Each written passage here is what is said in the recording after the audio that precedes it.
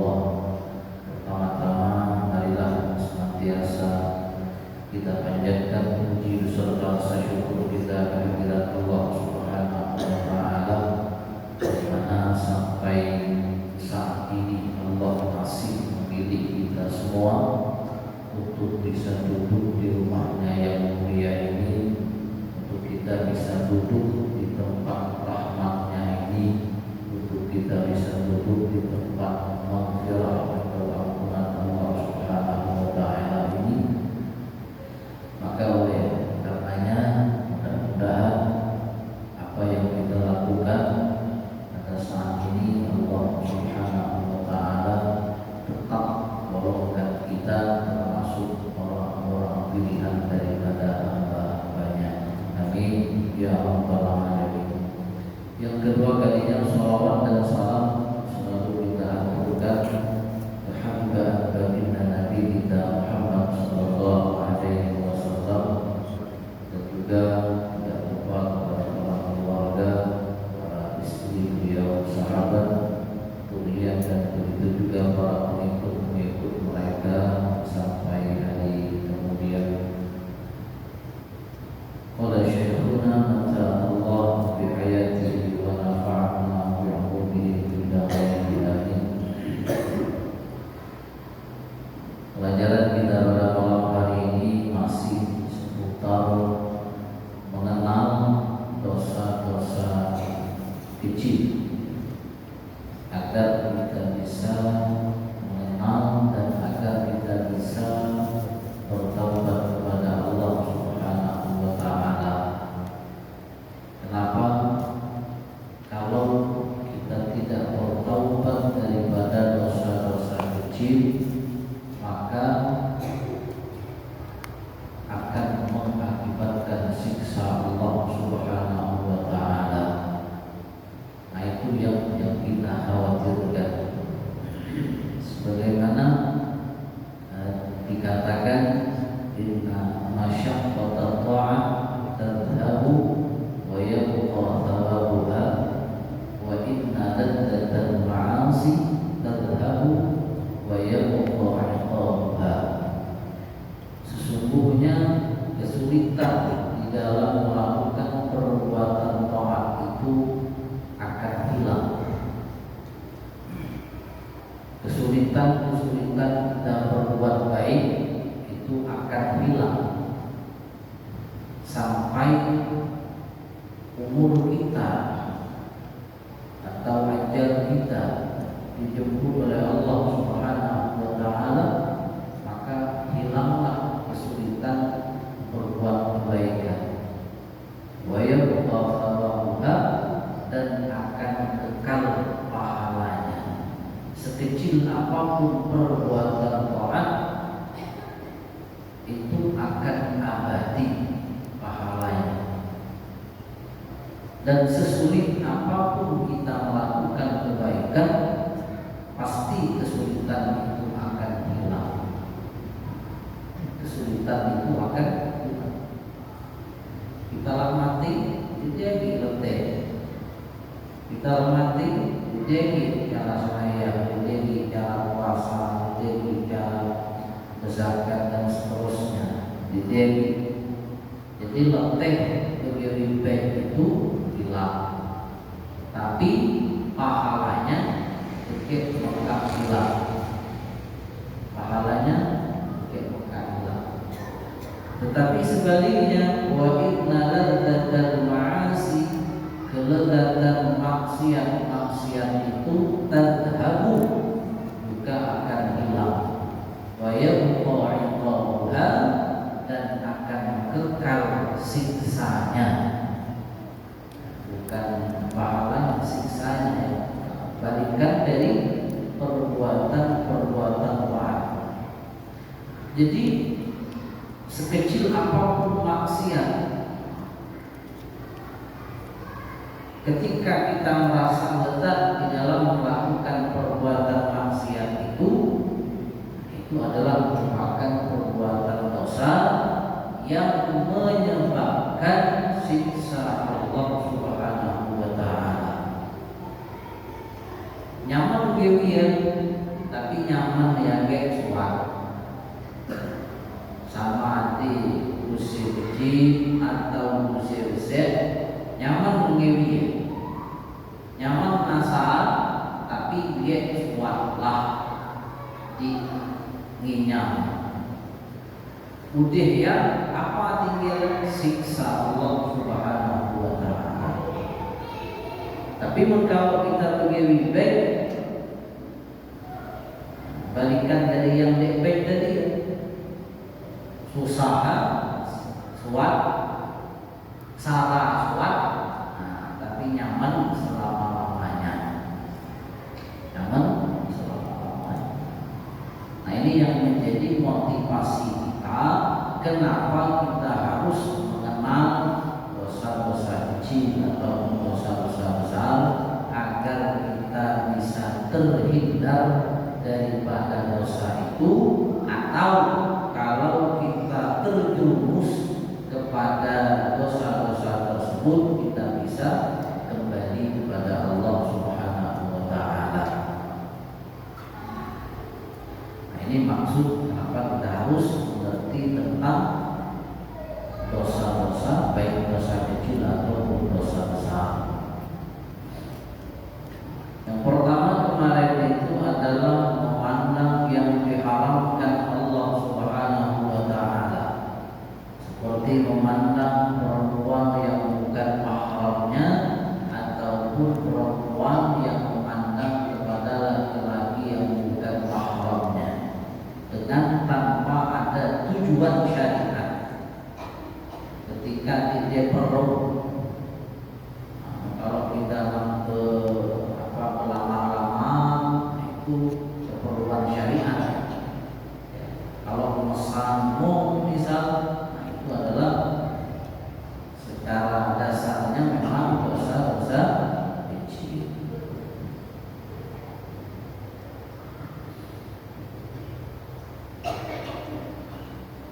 Allah Subhanahu wa taala berfirman dalam Al-Qur'an, "Qul lil mu'minin yaghudduna min absarihim." Katakan, hai Muhammad, bagi orang-orang yang beriman, hendaklah mereka selalu menutupi daripada pandangan-pandangan mereka, menjaga pandangan-pandangan mereka. Selama pandangan kita terjaga, maka ibadah kita akan lezat. Selama mata kita terjegit, maka itu salah satu cara agar supaya ibadah kita nyaman masalah. Sembahyang rasa nyaman, dengar Quran rasa nyaman, dengar sholawat rasa rindu kepada Rasulullah Sallallahu Alaihi Wasallam, dengar tahlil rasa cinta kepada Allah, tenggelam dengan rasa cinta kepada Sang Pencipta, yaitu Allah Subhanahu wa taala. Nah, jadi semakin kita menyegel pandangan mata kita, maka itu akan mengakibatkan ibadah-ibadah kita terasa lezat. Kenapa selama ini ibadah kita tidak terasa, tidak nyaman rasa? Mungkin barangkali kita nanti usia-usia yang belum kita bukit daripadanya. Seperti apa? Seperti memandang yang diharamkan oleh Allah Subhanahu wa taala. Itu perintah Allah. Katakan, hai Muhammad, bagi orang-orang yang beriman, hendaklah mereka menjaga, menutup daripada pandangan-pandangan yang haram. Di dalam ayat lain Allah katakan, ya'lamu kha'inatal a'yun wa ma tukhfis sudur. Allah selalu mengetahui mata-mata yang khianat. Apa maksud mata-mata yang khianat? Di dalam kitab Nuzhatul Muttaqin disebutkan bahwa pengertian mata-mata yang khianat itu adalah hiya nadratul kha'inah ila ma la yahillu yaitu pandangan yang berkhianat kepada sesuatu yang tidak dihalalkan. Itu saja tidak diperbolehkan. Maka kita nyilip sedikit, apalagi santai, nyilip sedikit beda jadi titik, yang penting titik tambah titik. Nyilip di sedikit ya, sambil bergesah ngomong sedikit ya. Titik kan orang tahu, tapi Allah yang maha mengetahui, Allah yang maha melihat. Apa ini sanudin, bisa di mata, nah itu lebih lagi artinya larangan dari Allah Subhanahu wa Ta'ala. Ada sebuah hadis riwayat daripada Abu Sa'id Al-Khudri radhiyallahu anhu, dia meriwayatkan daripada Rasulullah sallallahu alaihi wasallam, kata Nabi kita, iyyakum wal julusa fil turqat. Hati-hati kata Nabi kita, kalian jangan suka nongkrong di jalanan. Hati-hati kata Nabi kita, jangan suka nongkrong di jalanan. Di jalanannya artinya di tempat lalu lintas orang banyak, pinggir jalan, di teras. Itu lahadi warning, perhatian dari Nabi kita Muhammad SAW. Hati-hati kata Nabi kita, jangan duduk di jalanan dengan tujuan hanya sekedar nongkrong yang tidak bermanfaat, berkisah yang tidak manfaatnya, apalagi berkisah yang memudaratkan, berkisah yang memudaratkan, yang membahayakan, misalnya ibadah, memanfaatkan dan seterusnya. Lalu sahabat berkata, ya Rasulullah, malana min majalisina buddun.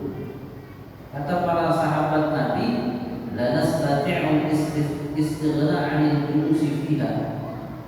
Wahai Rasul, kami tidak bisa kalau tidak nongkrong, itu tidak bisa. Jadi sahabat dulu memang hobi juga nongkrong, berkisah, berjalan. Jadi dia tajuk Nabi, tanya, adalah ikat duduk yang dapati bermanfaat, dapati beremus kata Nabi kita. Jadi orang sekarang nyeri, kamarnya Nabi dia baca, kalau dia nongkrong itu dia baca, karena lah menjadi kebiasaan. Itu sahabat-sahabat Nabi kita. Kemudian apa kata Rasulullah sallallahu alaihi wasallam? Dijawab oleh beliau, faqala Rasul sallallahu alaihi wasallam, fa idza abaitumul majlis fa'tu tariqa haqqahu.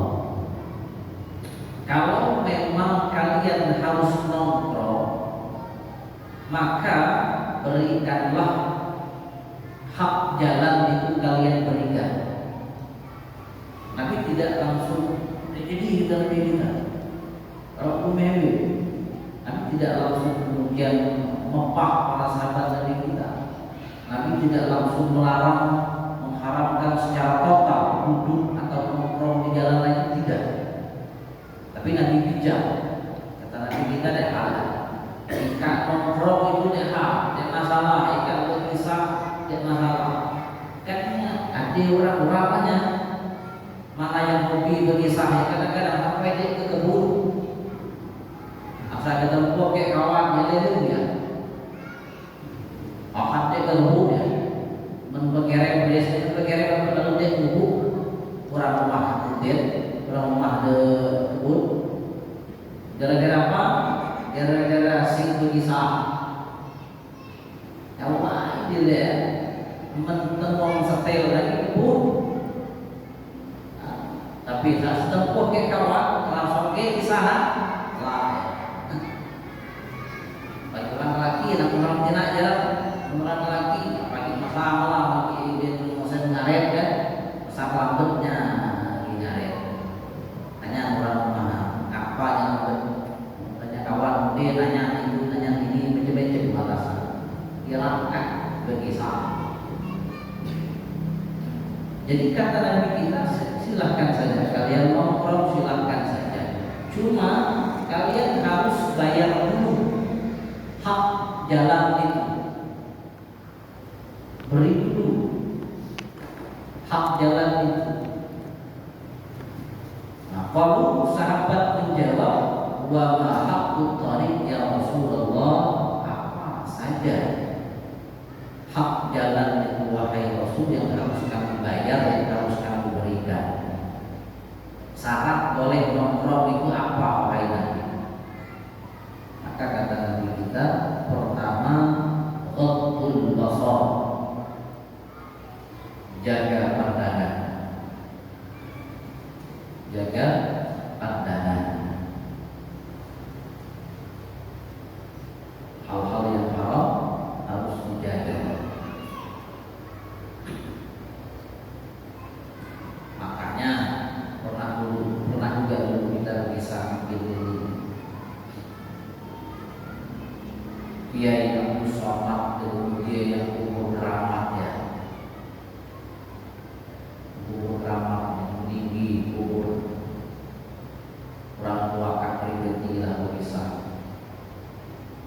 Bertanya guru ngapa kok di sebuah duduk di teras,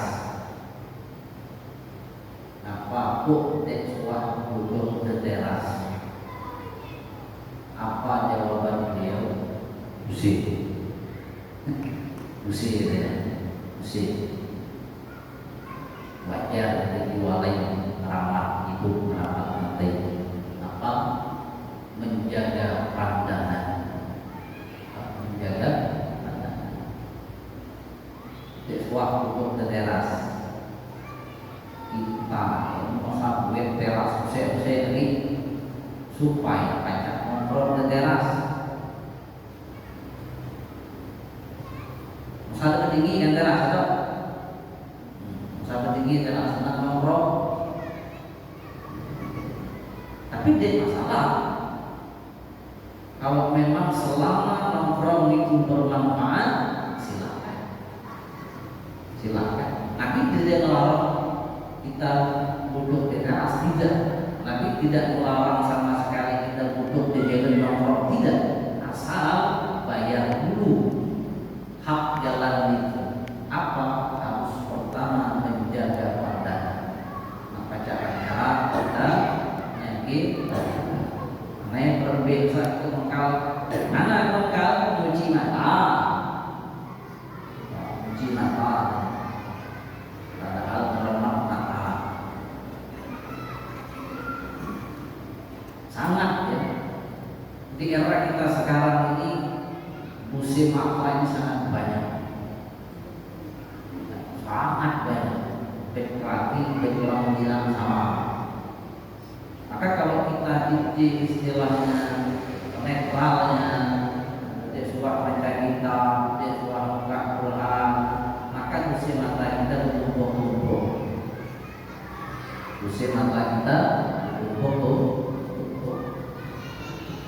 Walaupun musim kecil, tapi kalau atau kita ingin terus-menerus kita mengerjakannya, maka nanti akan berubah menjadi besar-besar. Nah itu yang pertama kata Nabi kita, hak jalan itu adalah ghaddul basar, menjaga pandangan. Yang kedua, wa kafful adha, menyingkirkan sesuatu yang membuat sakit orang lain. Andai kata misalnya di paku muat ben motor ben mobil orang tembus gawe misal pas kita jalan. Jadi menolak segala sesuatu yang membuat orang lain itu yang kira-kira misalnya muat orangnya itu bermotor atau mobil, kadang-kadang hal-hal yang menyakiti orang lain di jalanan tersebut harus kita jaga, harus kita terima.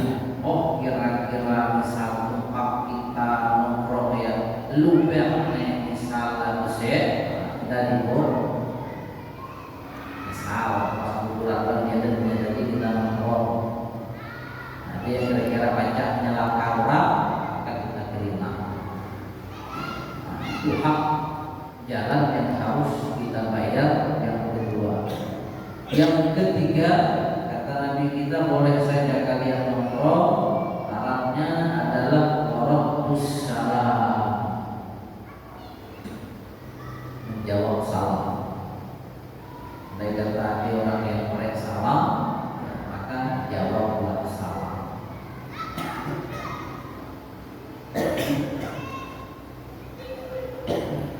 Dan yang keempat, syarat agar kita boleh nongkrong di jalanan, wal amru bil ma'ruf wal nahyu 'anil munkar. Amar ma'ruf nahi munkar. Jadi syarat boleh nongkrong itu yang keempat adalah amar ma'ruf nahi munkar.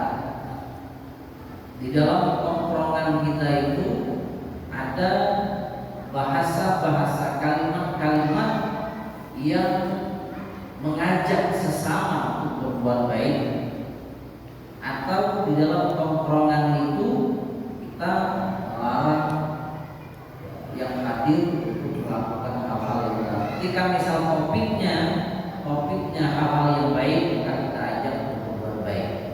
Ketika topiknya misal kisah yang di tongkrongan dari hal-hal yang istilahnya topiknya sesuatu yang jahat, maka kita harus ma'ruf nahi munkar, melarang mereka daripada perbuatan munkar. Bukan malah sebaliknya, amar munkar nahi ma'ruf. Itu berbeda. Orang-orang begini baik, orang begini baik di dalam tongkrongan tadi, maka itu sama.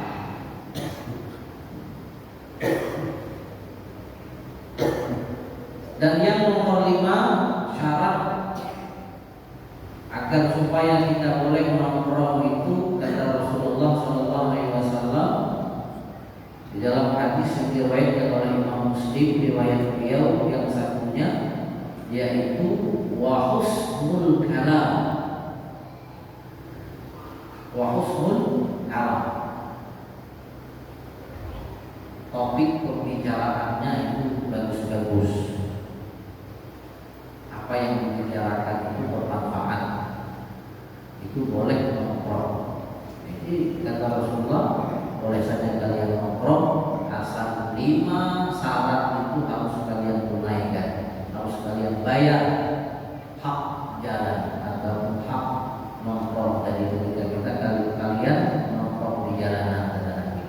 Itu bijaknya Rasul Sallallahu Alaihi Wasallam. Nabi tidak langsung kemudian melarang, karena yang namanya hobi ini macamnya.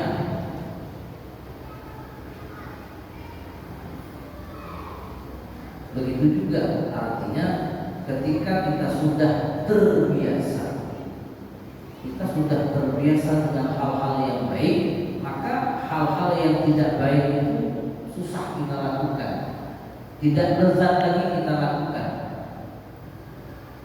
Tadinya misal kita hobi mendengar musik, bila kita hobi mendengar musik, ketika kita sudah merasa lezat mendengar Al-Quran, mendengar nasihat, mendengar sholawat dan seterusnya, maka mendengar musik itu hanya kadang-kadang sekedar, atau bahkan semakin asik kita melakukan kebaikan, maka musik itu tidak indah lagi bagi kita.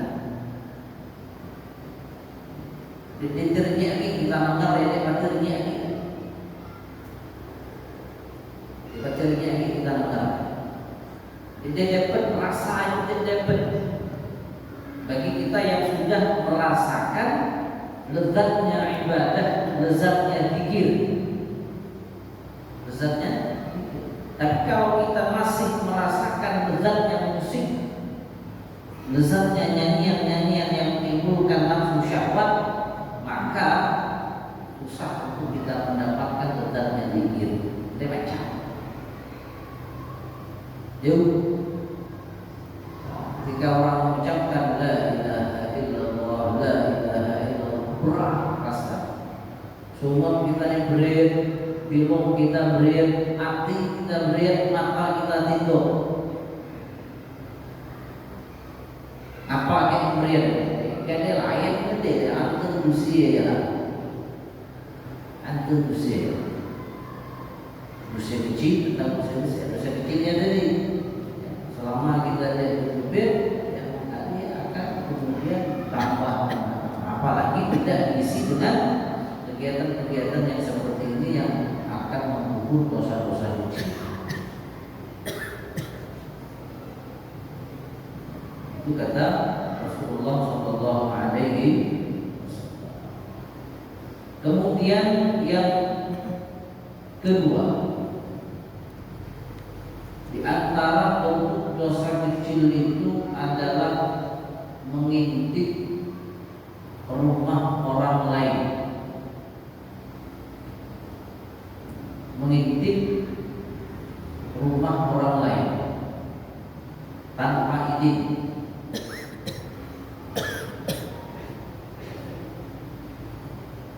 Nyolat rumah orang, nah, itu hukumnya haram, termasuk dosa-dosa kecil. Diriwayatkan daripada Abu Hurairah radhiyallahu anhu, kata Rasulullah sallallahu alaihi wasallam, "Man ittala'a fi baiti qaumin bighairi idznihim faqad halla lahu ay yafqahu 'ainahu." Siapa yang mengintip di satu rumah seorang kaum dengan tanpa izin mereka, maka halal bagi kaum tersebut untuk mencongkel biji matanya. Dipanen yang rumah orang tanpa ada izin, nyalak di apa di misal cak masuk rumah orang tanpa ada izin dari yang bersangkutan. Andai kata misal tepaper rumah dengan nyalak rumah salah tinggal nyalak di apa di. Jadi di dalam agama kita maka dilarang mengintip rumah orang lain tanpa ada izin yang bersangkutan. Maka adab kita rumah orang, ya, maka sunnahnya memberikan salam, nyala dulu, dan nyala pun dia harus pakai selet, bukit awak, selet, baru assalamualaikum deh. Nah, jadi ketika kita pijat bel ataupun kemudian kita ketuk lawak, maka mata kita menghadap ke sana atau ke sana dengan menghadap ke dalam rumah. Masalahnya lagi mau lah. Kita tidak tahu apa yang dilakukan orang dalam rumah. Barangkali di dalam rumah orang tidak ridho ketika dilihat pada waktu itu. Mama di dalam rumah orang terserah. Kadang-kadangnya adik nyaman, kadang-kadang yang maksud adik nyaman. Karena bisa-bisa timbul fitnah.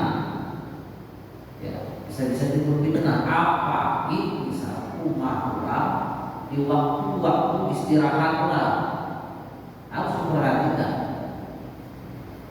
waktu-waktu istirahat. istirahat kurang, pernah tidur misalnya, sama itu harus waspada, ya harus waspada, karena disitulah timbul nanti fitnah.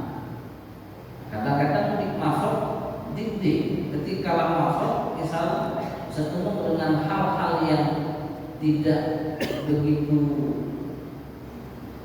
bermanfaat, ya, timbul fitnah, maka timbullah dalam hati kita, ya, melakukan perbuatan-perbuatan dosa. Minimal melihat yang haram dilihat, apalagi terjadi pada hal-hal yang tidak kita inginkan. Jadi artinya ketika kita ke rumah orang lain tentu wajib harus ada izin yang bersangkutan. Untuk apa? Untuk kemaslahatan sosial, agar hidup bermasyarakat itu tenang. Nah, jangan dia tujuan. Sama lah kayak kita gerinah mata kita tadi, agar supaya kehidupan bermasyarakat itu bagus, kehidupan sosial itu bagus, tidak ada fitnah, satu sama lain saling menjaga, mentina menutupi auratnya, laki menutupi matanya. Tapi kalau mentina kemudian sengaja muka aurat, laki matanya mulai jelas, maka laki-laki dan perempuan diwajibkan oleh Allah Subhanahu wa taala untuk menjaga pandangan, untuk menutup aurat masing-masing. Kalau laki punya betina dek payah, kalau betina punya laki dek payah. Nah, jadi harus dari kedua belah pihak. Maka dalam sebuah hadis Rasulullah SAW katakan, la tubashirul mar'atul mar'ata fawasifuha li zawjiha ka'annahu yanzuru ilaiha. Perempuan dilarang untuk menceritakan perempuan lain di hadapan suaminya, seolah-olah laki tersebut, suaminya tersebut melihat kepada perempuan yang diceritakan, maka hukumnya haram. Misal diharam, misalnya ada orang betina sakit laki ya, kak abang-abangnya kak dari terbuka ke kawan lama bebek cakap, cakap aneh buat cakap lah, dan kisahnya gila lah, pote dan ubi jelasnya bete kita ya di sini pote kan cakap. Jadi seolah-olah laki tadilah menghayal orang betina yang berkisah tadi.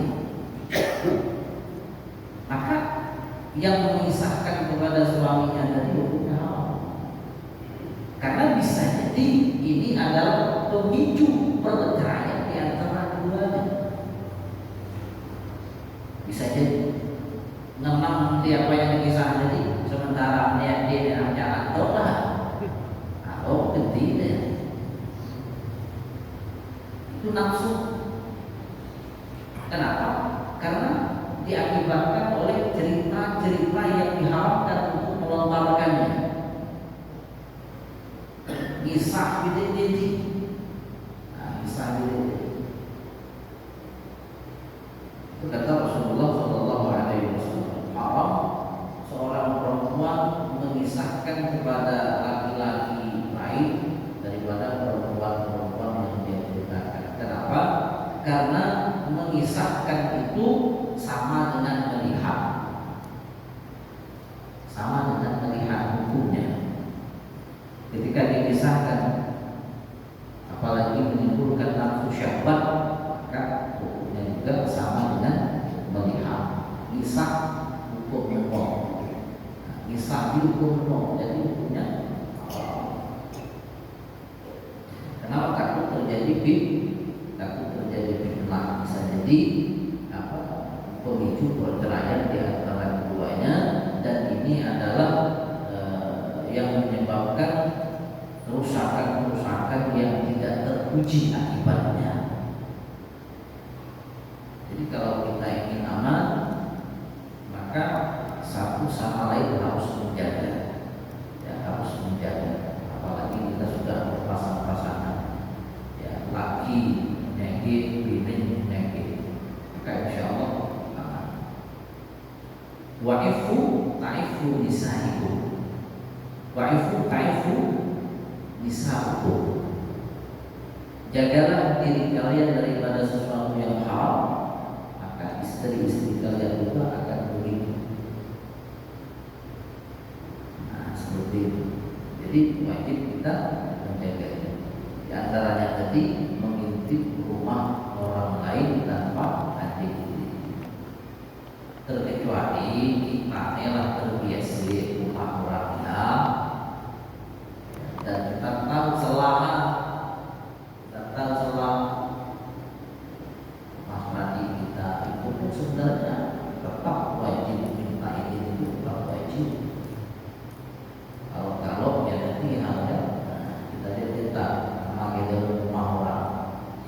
Jadi untuk menghindari fitnah, maka kita dalam hukum syariat kita ada adab-adab ketika kita bertamu ke rumah orang lain. Kemudian yang ketiga, di antara bentuk dosa-dosa kecil itu adalah tidak tegur sapa sesama muslim melebihi 3 hari.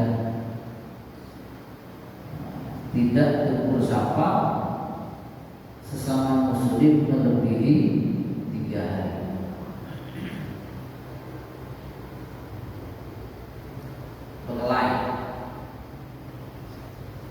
Berkelahi sampai 3 hari dia bertegur, maka hukumnya haram.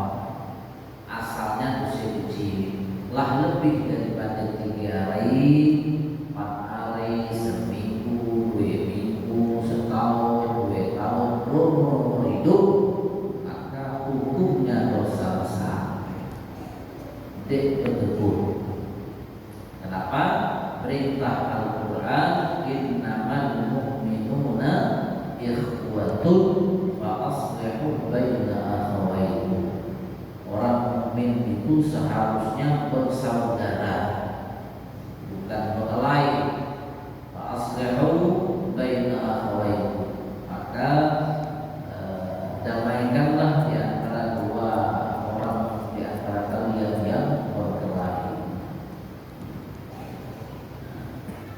Di dalam hadis yang lain Nabi kita katakan la taqata'u, jangan kalian saling memutuskan, wala tadabaru, jangan kalian saling membelakangi, wala tabaghadu, jangan kalian saling marah-marahi, wala tahasadu, jangan kalian saling iri dengki. Wa kunu ibadallahi ikhwana, jadilah kalian hamba-hamba Allah yang bersaudara.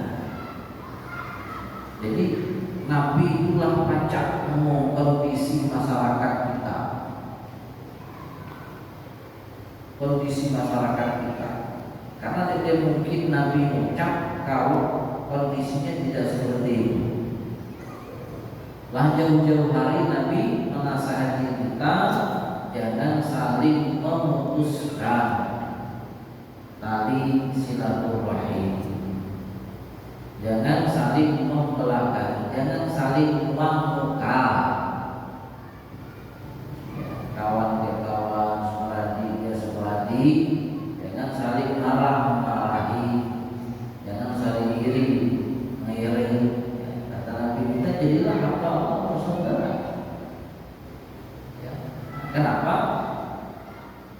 Wala yahillu lil muslimin, tidak halal kata Nabi kita bagi seorang muslim ayyah dura akhahu fawqa dia tidak bertegur dengan saudaranya sampai lebih daripada 3 hari. Agama kita memberikan keringanan, boleh tidak tegur sapa selama 3 hari. Lebih dari yang Usai dikit memang, ya, tetapi ketika bertahun-tahun akan berubah jadi dosa-dosa. Sampai mati akan mati dalam keadaan maksiat. Jadi kata Nabi kita, tidak halal bagi seorang muslim bahwasanya dia tidak tegur sapa dengan saudaranya melebihi 3 hari. Apa hikmahnya Nabi katakan jangan sampai lebih daripada 3 hari? Karena dalam 3 hari itu sudah cukup untuk melepaskan pikiran-pikiran yang tidak nyaman, menjauhkan kesalahan-kesalahan dan menguburkan kedengkian-kedengkian.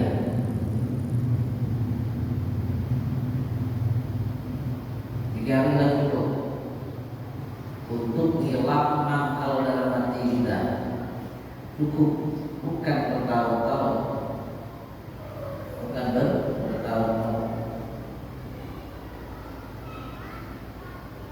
Nah ini berbahaya, karena apalagi kita ingin memungkiri, yaitu akan menghancurkan masa depan kita, akan menghancurkan masa depan kita. Selama kita bermusuh-musuhan, selama kita bermarah-marahan, maka akan menghancur kehidupan bermasyarakat, kehidupan sosial kita. Jadi itu dah, tidak nyaman, atau tidak nyaman. Biasanya dia udah diperlai ke orang rumah kita di rumah jadi nyaman dah. Jadi betul berlai lagi gini, langsung kita rumah yang dikira nyaman deh.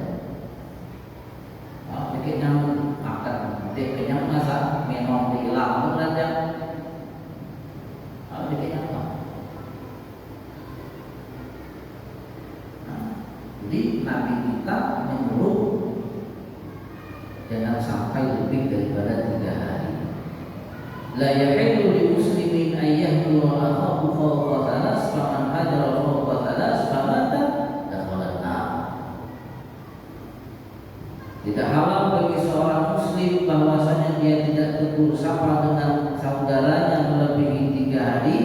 Siapa yang tidak tegur sapa dengan saudaranya 3 hari, maka dia mati dakhala an-nar. Kata Nabi kita, dia masuk ke neraka. Dakhala masuk dalam neraka. Walaupun mungkin ada kemungkinan bisa keluar dari neraka, tapi sudah proses. Tapi kira nyaman, tak usah masuk neraka, kira nyaman. Yuk kita mata dan jangan menolak. Amanah kita ngaji beberapa pekan yang lalu, mata-mata yang kemudian dibaca mengapa neraka, mata yang menjaga diri dari yang haram, mata yang naas karena takut kepada Allah Subhanahu wa taala, dan mata yang berjaga malam, tidak tidur karena di jalan Allah Subhanahu wa taala. Pagi masuk mendekat mata kita jangan menolak neraka. Jadi masalah bukan hal yang sepele, bukan hal yang sepele.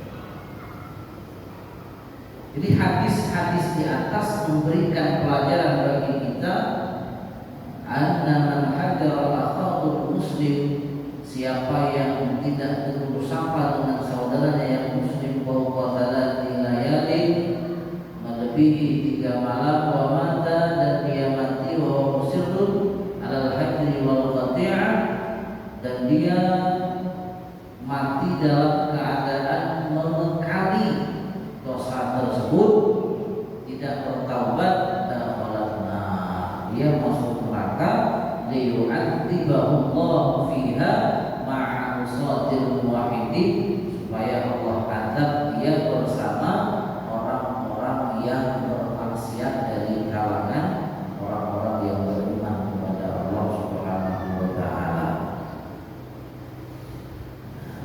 Itu tidak bersama sesama muslim melebihi 3 hari. Jadi jangan nanti ada yang kemudian mulai orang berumur hidup dia tersebut. Orang lain, jadi mencepati lah usia lain, usia seperti silaturahmi. Total usia, mungkin orang lain usia lain, seperti ya lu kan. Tapi mungkin seperti usia lain, usia sekali silaturahmi, total usia. Ini jangan takut. Hindari agar supaya kemudian kita tidak jatuh di dalam maksiat, agar kita tidak terjerumus ke dalam nerakanya Allah Subhanahu wa taala. Kemudian selanjutnya buang hajat menghadiri kiblat atau di jalan lurus. Wallahu a'lam.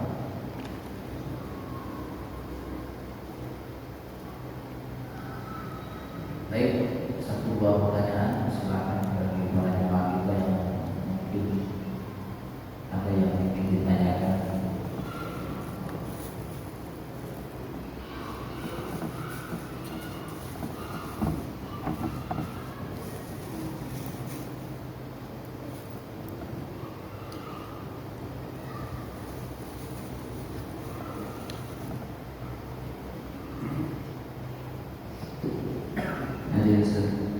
Assalamualaikum warahmatullahi wabarakatuh. Pertanyaannya, bagaimana hukum mengqadha haji bagi orang tua atau keluarga yang telah meninggal dunia? Itu saja, Ustaz. Assalamualaikum warahmatullahi wabarakatuh.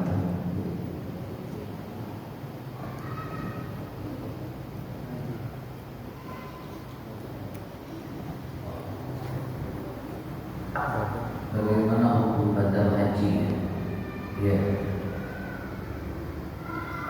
badal haji itu kalau memang yang bersangkutan di dalam hidupnya tergolong orang-orang yang mampu di dalam melaksanakan ibadah haji, maka wajib dibadalkan hajinya. Badalkan haji. Badal haji itu tidak seberapa dengan kalau kita pergi secara normal paling-paling 7-8 juta sekarang. Jadi kalau ada kata misalnya ada orang tua seperti kita yang dihitung ya harta peninggalannya bisa memerankan dia melaksanakan ibadah haji, maka wajib dibadalkan hajinya. Ya, wajib dibadalkan. Kalau kaku kuenya banyak, andai kata dijual, kalau kaku kuenya ratusan juta atau puluhan juta, walaupun duit cash dite. Tapi kalau kaku kuenya total, maka macam ya, memberangkatkan hajinya. Maka dalam keadaan seperti itu wajib dibadalkan. Yang ahli waris harus mengerti haji itu utang dia sama Allah Subhanahu wa taala. Lalu cara menaiki warisnya lalu terima dulu nanti dia utang menaiki Tuhan. Mereka tadi utang haji, ya, karena badalkan hajinya. Itu sebagai bakti kita kepada orang-orang tua kita dengan berbukna mewaris. Nah, itu kita sebagai anak yang masih hidup. Jadi ketika selesai badal hajinya selesai, utang-utang yang lain bisa selesai. Lain ada sisa bagi mau mendidik dan orang.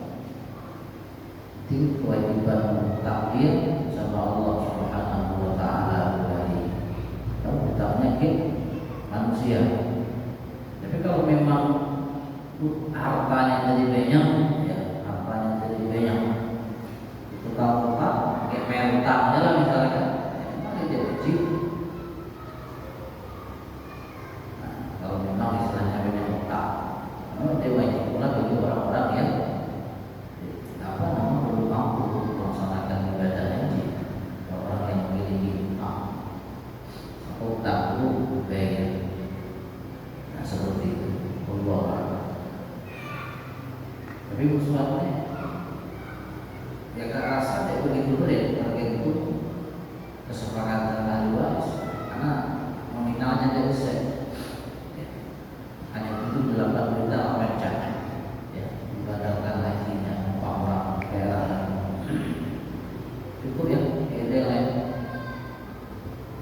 mana ibarat cara ibarat mereka apa jadi tadi cara-cara membadalkan haji itu sudah ada apa menghubungi orang-orang yang kita percayai dengan travel yang memang ada jasa badal haji. Ada travel yang memang kita yakin bisa bertanggung jawab dalam hal ini. Banyak dilakukan kebanyakan travel yang kemudian apa nama membuat jasa badal haji. Nanti ada sertifikat hajinya, ada apa nama citra matanya, biasanya seperti itu.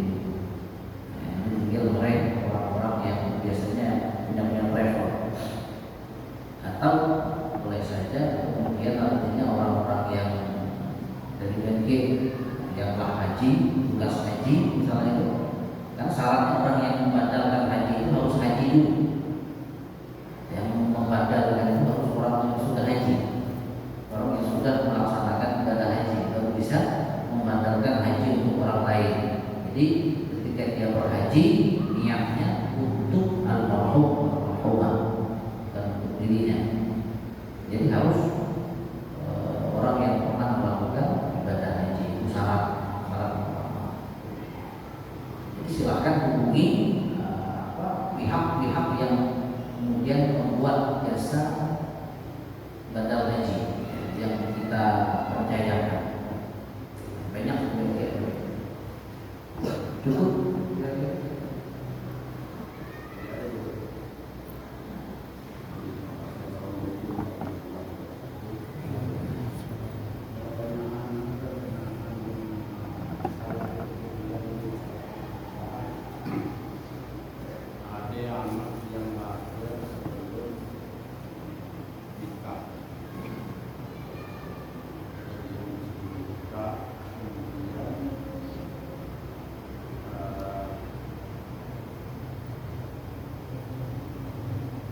yang haknya kalau nanti misalnya bisa mewarisi ini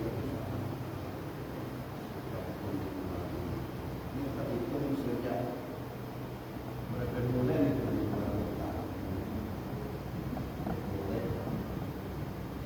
haknya mewarisi keduanya untuk mengembalikan saudaranya ya paham. Kurang lebih pertanyaannya 100 anak di luar nikah. Ya. Jelas 100 anak di luar nikah itu ya yang namanya di luar nikah itu seperti yang telah kita pelajari dan sepengetahuan saya. Ya. Tidak tahu di luar pengetahuan saya. Dan sepengetahuan kita anak di luar nikah itu pengertiannya adalah anak yang lahir dari hubungan yang tidak sah walaupun 1 hari sebelum akad nikah. Itu yang dikatakan anak di luar nikah. Walaupun sehari tapi dia berhubungan itu belum sah, belum ada akad nikahnya, belum ada yang kabulnya, maka status anak itu adalah anak zina. Status anak zina itu konsekuensinya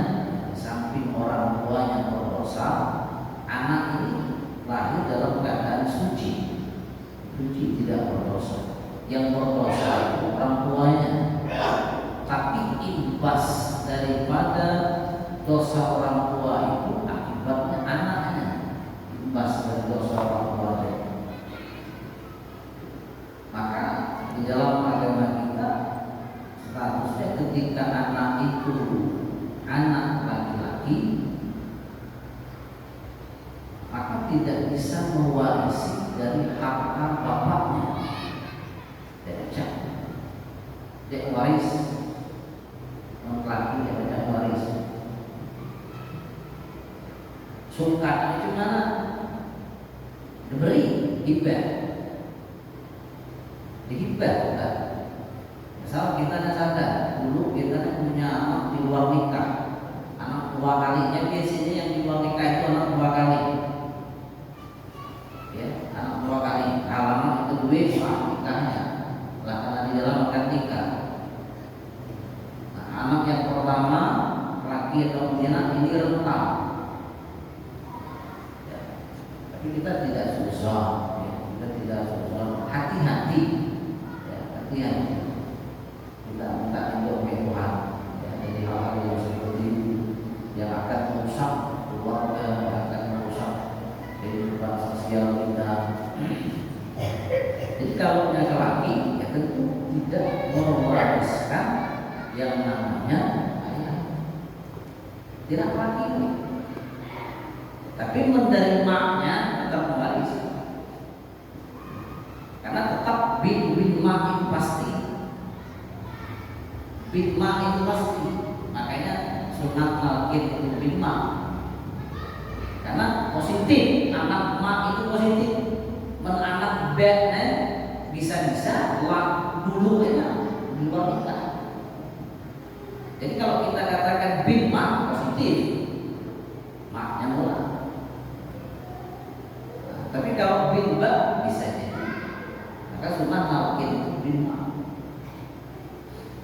Jadi bagaimana andai kata misal istilahnya hartanya banyak, misalnya yang laki dan waris juga, ya caranya dihibah.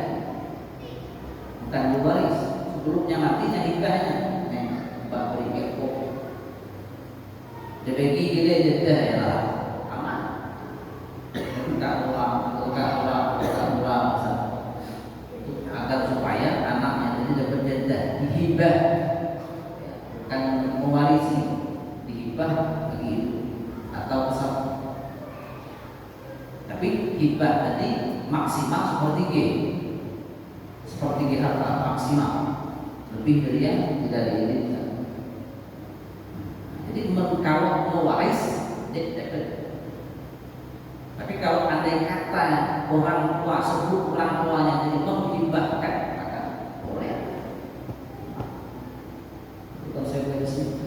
Andai katanya budak menghina, maka tidak bisa mewaris. Harus yang berusaha, harus walinya wali hakim KA yang kemudian mendapat kekuasaan. Anak-anak yang di luar nikah atau keluar wali ngawinnya KUA, ya KUA, ya, bercerita dengan KUA statusnya. Kalau KUA apa-apa udah agar supaya artinya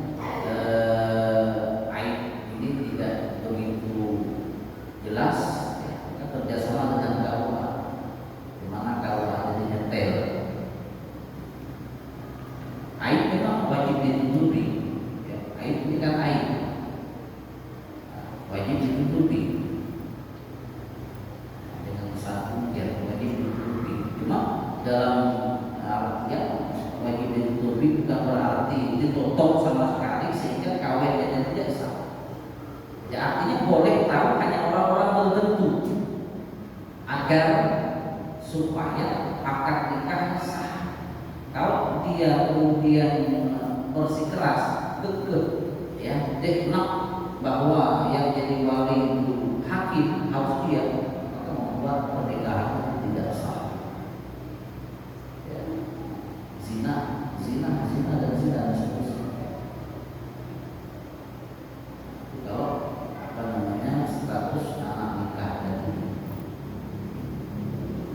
Dan kalau anak perempuan, maka kepada bapak yang disebut bapaknya itu batal wudhunya.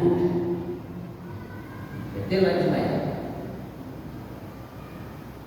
Betul, baik semayang betul. Kenapa?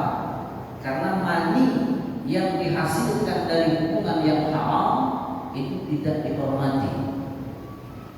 Jadi artinya ini apa? Sama saja dia orang lain, bukan anaknya. Boleh menikahi anak hasil zina, bahkan orang tua yang disebut yang namanya tadi boleh menikahi anak hasil zina, tapi makruh. Saking ideologi budak yang ada di mata agama, statusnya tidak diakui. Karena menbimpaknya depan lah, bimpak ya. Nah itu yang kita sayangkan. Yang kita sayangkan. Biarlah kita sekarang bersama kita salah oleh Allah. Ya, kita liburkan. Ayo. Ya. Tapi kalau memang bertambah, siapapun juga kan, kalau memang tubir dari perbuatan zina, selama nyawa adik-adik tetap diterima oleh Allah Subhanahu wa Ta'ala. Tapi diterima oleh Allah Subhanahu wa Ta'ala. Ini sangat berbahaya. Nah, itu kurang lebih hukum daripada status anak zina. Sepengetahuan saya seperti itu. Kalau kata orang istilahnya dari sekian bulan tetap pimbahnya, tetap mewaris misalnya kan, maka sepengetahuan saya tidak seperti itu. Tapi mungkin itu di luar pengetahuan saya. Kalau memang apa yang memang orang sampaikan sesuai dengan kaidah-kaidah agama, ya artinya kita menerima kalau memang sesuai dengan dalilnya. Tapi mesti pengetahuan ya. Mungkin kalau ada kemudian bertanya yang nggak tahu, Allah Maha sudah.